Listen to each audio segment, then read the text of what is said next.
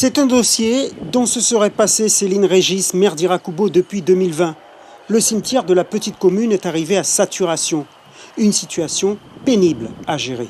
Quand on a déjà la tristesse de la perte d'un être cher et devoir encore s'inquiéter de savoir comment faire pour lui donner une sépulture digne, c'est pas évident.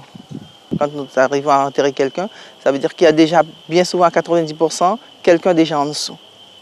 Et ça, c'est pas simple pour les familles d'accepter ça.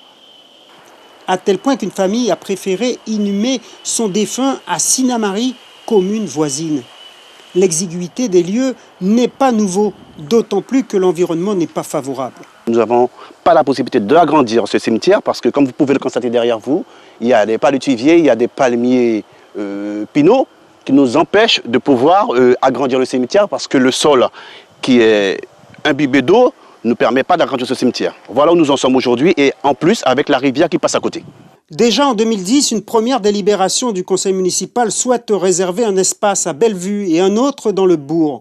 Mais voilà, d'obstacle en obstacle, le foncier est trouvé et une demande de subvention en 2019 est rejetée.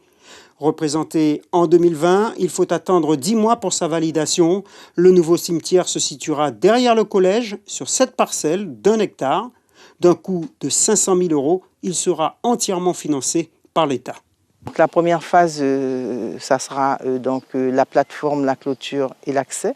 Et puis sur une deuxième phase, on refera des demandes pour les subventions pour être aidé sur la partie bâtiment. Mais le code des marchés, on doit respecter des règles bien précises. Et il y a des délais incompressibles qu'on ne peut pas bouger. Sincèrement, il y a 6 mois de travaux. Donc à partir du moment où les travaux démarreront, il faudra compter 6 mois. Autrement dit, une livraison pas avant la fin du premier trimestre 2022. Autant dire que le temps presse dans la petite commune où, comme partout, le nombre de morts a augmenté en ces temps de crise sanitaire.